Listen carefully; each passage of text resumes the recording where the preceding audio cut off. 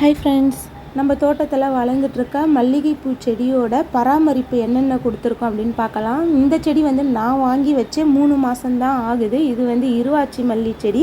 இதை வந்து நான் கட் பண்ணி விட்டுருந்தேன் இல்லைங்களா.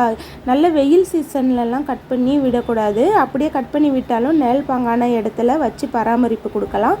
நான் இப்போ இந்த சீசனில் கட் பண்ணி விட்டதால் எந்த பிரச்சனையும் இல்லாமல் செடியில் வந்து புது தளிர் வந்து வளர்ந்துடுச்சு. இப்போ நல்ல வெயில் கிடைச்சாதான் செடி வந்து மேல் நோக்கி நல்லா வளர்ச்சி அடையும். இப்போ நல்ல வெயில் இருக்க இடத்துல தான் நான் செடியை வந்து வச்சுருக்கேன்.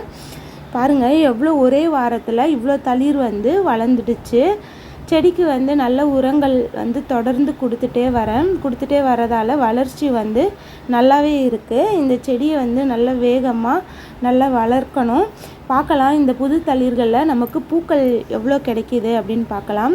இந்த செடி வந்து புதுசாக வாங்கின ராமேஸ்வரம் ஒத்த மல்லி வரும் பாருங்கள், நமக்கு கடைகள்லாம் கிடைக்கிது இல்லையா.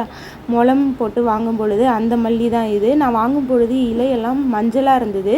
ஏன் அப்படின்னு பார்த்தீங்கன்னா, இந்த செடியோட வேர் வந்து அந்த பாலித்தீன் கவரையே கிழிச்சிட்டு வெளியே வந்து இருந்தது. இதனால் சரியாக சத்து வந்து கிடைக்காம செடியோட இலையெல்லாம் மஞ்சளாக இருந்தது.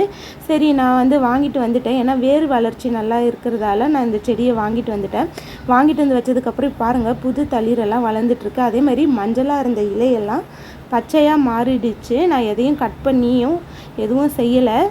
நான் வந்து ஏன்னா சின்ன செடியாக இருக்கிறதால அந்த இலைகளே மஞ்சளாக இருந்தது அப்படியே பச்சையாயிடு, மொட்டுக்களும் வர ஆரம்பிச்சிடுச்சு.